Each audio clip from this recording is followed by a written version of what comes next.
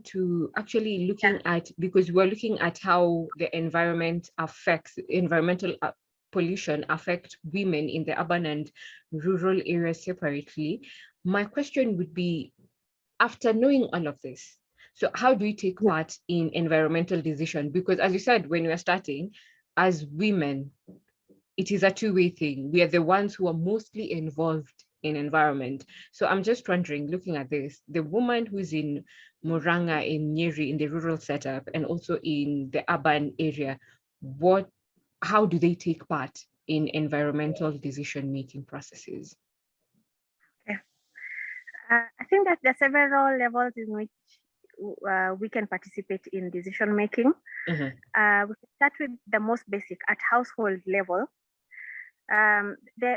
You can adopt what I'll call a sustainable or ecological, lifestyle.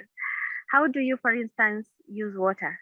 If wherever you are, whether you are in an apartment somewhere in the city or you are at home somewhere in the village, do you, for instance, when you're doing dishes, like in your house, you're cleaning dishes, do you leave the sink running, or do you, wash and then rinse and while switching on and off? How do you brush your teeth? So at that level, how you use electricity, how you use fuel, how you use water, that already has a big impact on the environment. Because if we all did that, if we all disposed waste, for instance, we talked about waste management being a big challenge and cause of pollution.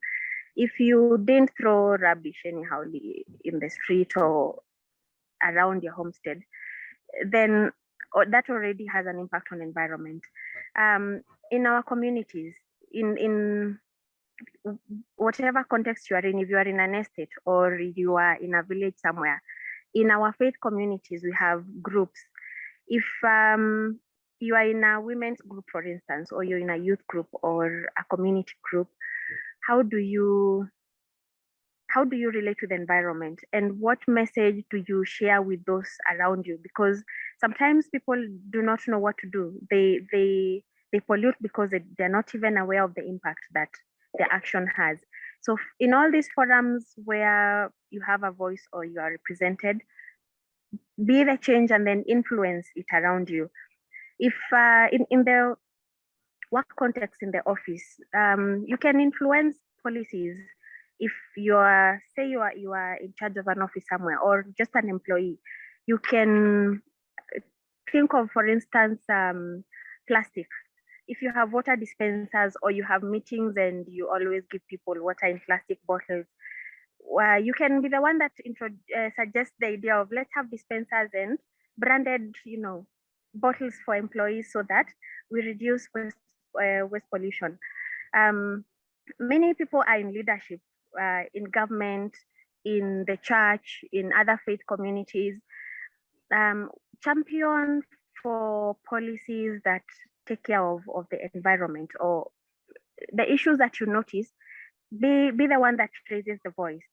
There are people who are in careers that are already environmental, if I may call them that. Your work directly is on the environment. So create as much awareness as you can, because that's a big challenge. People do not know what's happening.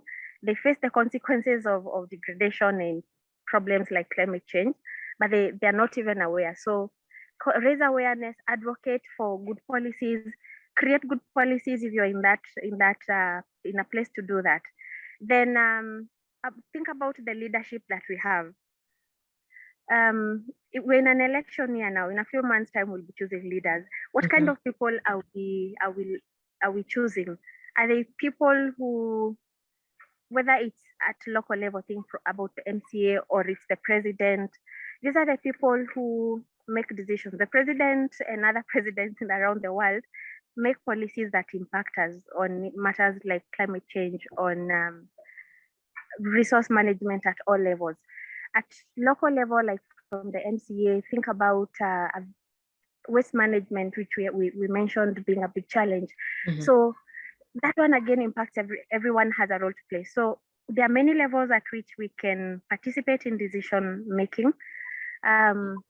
occasionally there will be a call for public participation because maybe there's a policy that the government wants to pass, or there's an environmental impact assessment for a project that is coming up in your area. Do you actually look and ask, "Ni nini hiyo inajengwa, what are they putting up?" Or do you dismiss it and say, it's not, it doesn't have anything to do with me?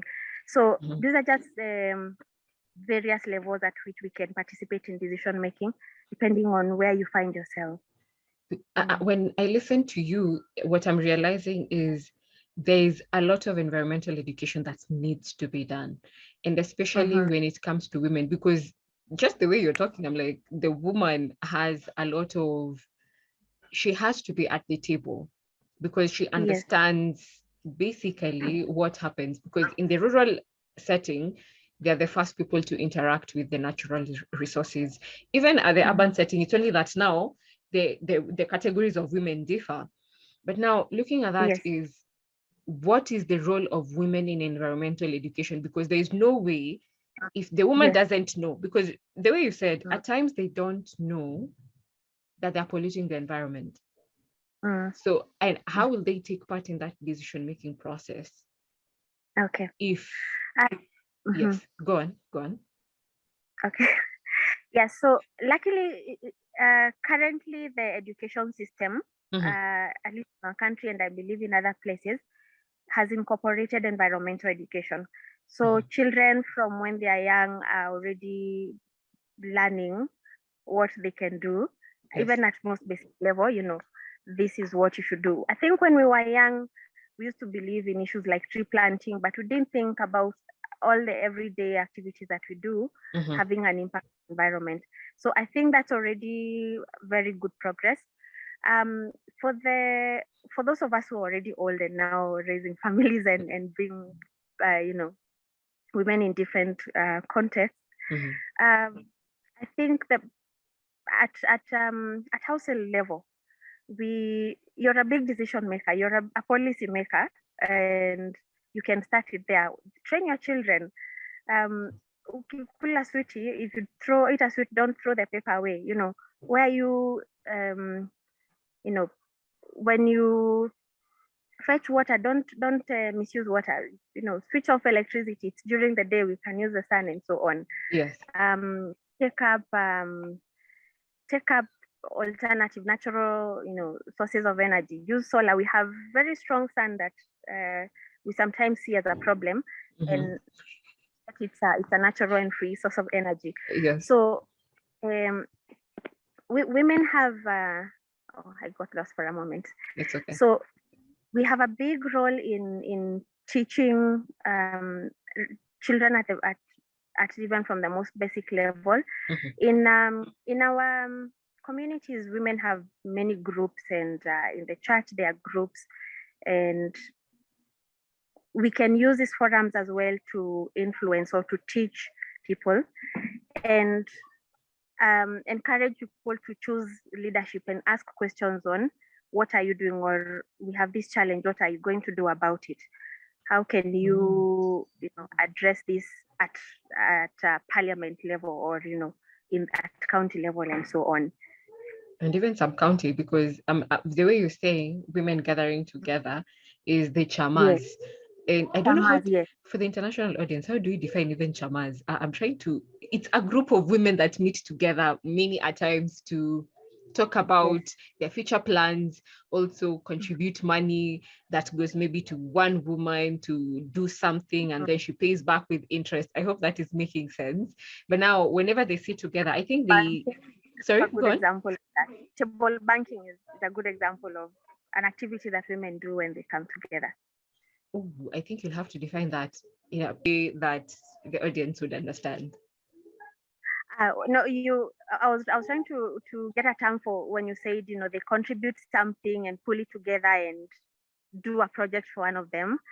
So some table banking would apply there, like the little money you made today from selling something, I bring mine, and usually they'll agree on maybe let's get everybody a cooker or a water tank or a cow. So, or yeah, just money, and then you decide. I think it's a saving, some sort of saving scheme. Is it? Yes, yes. Yeah. To Mm, help women at least forge ahead and also just yes. improve their lives. So just Mm, looking at that is that I think now that is where if at all one of the women knows more about environment, they can sit down and actually discuss, because I believe whenever they meet, they just don't only discuss money. Okay, I'm not yet no. there. Maybe are you? I mean, one that's a bit different because we don't really meet. We Mhm. just Oh, agree getting the money and you send it directly. So okay. we don't really get together to sit. And Uh-huh. when we do it, no, it's not really an agenda related to Uh-huh. the money. It's more like a casual gathering. It's more of a casual gathering. Okay, no problem. But I believe it's also that forum can be a way where women can sit down and discuss at least some of the things that affect them. Because I believe that's what they do. They sit down, then they discuss, this is my challenge and this one. And then I know the environmental conversation can spark up from there. And it can be a good forum to just sit down and get to know more about the environment. Yes, it can. Well, thank you so much, Hellen, for that, for all this wonderful conversation. And I know you'll be joining me in the next podcast where we're going to be discussing the role of girls on environment. Thank you. Thank you, Tess.